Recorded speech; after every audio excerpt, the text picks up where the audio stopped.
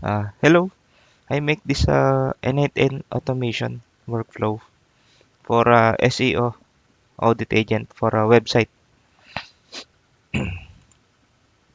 If we enter here, this workflow will trigger will run,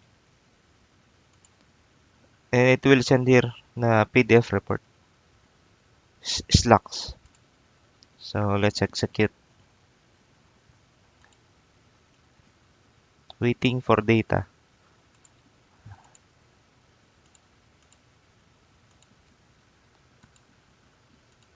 Example only. Submit.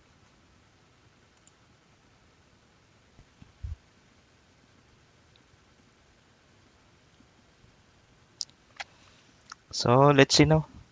Slacks, it send now a message.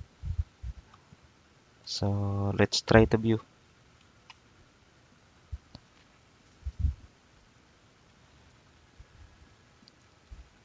So summary. So weakness also. Scorecards. SEO technical. Sitemaps, robots, canonical tags. It's all here. Keywords. Money keywords. This is important. Content gap.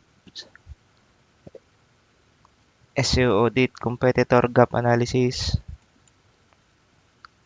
Priority actions. Top 10. 90-day roadmap. It's also here. So it's working. So if ever I have a error or the website is wrong, it will send here. It will send message to the Slacks. Or if any error here, it will be triggered here. Send message to the Slacks. Okay, bye.